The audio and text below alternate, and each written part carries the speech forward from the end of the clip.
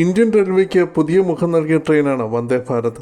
ആധുനിക സൗകര്യങ്ങളോടെ എത്തിയ ട്രെയിൻ യാത്രക്കാർക്ക് പുതിയൊരു അനുഭവം നൽകുക മാത്രമല്ല, രാജ്യത്തിൻ്റെ സാമ്പത്തിക, വാണിജ്യ, വിനോദസഞ്ചാര വികസനത്തിൽ വലിയ പങ്ക് വഹിച്ചിട്ടുണ്ട്.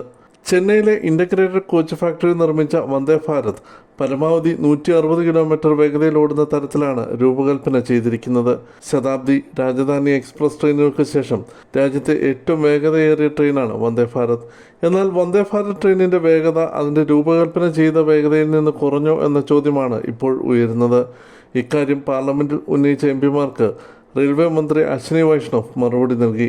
ട്രെയിനിൻ്റെ വേഗത രൂപകൽപ്പന ചെയ്ത വേഗതയെ മാത്രമല്ല, അതിൻ്റെ ട്രാക്കിനെയും മറ്റ് അടിസ്ഥാന സൗകര്യങ്ങളെയും ആശ്രയിച്ചാണ് നിശ്ചയിക്കുന്നത്. ഇതുമൂലം റെയിൽവേ ലൈനുകൾ മെച്ചപ്പെടുത്തുന്നതിനുള്ള പ്രവർത്തനങ്ങൾ നടക്കുന്നുണ്ടെന്ന് അദ്ദേഹം വിശദീകരിച്ചു. നിലവിൽ വന്ദേ ഭാരത് ട്രെയിൻ 110 കിലോമീറ്റർ വേഗതയിലാണ് ഓടുന്നത്.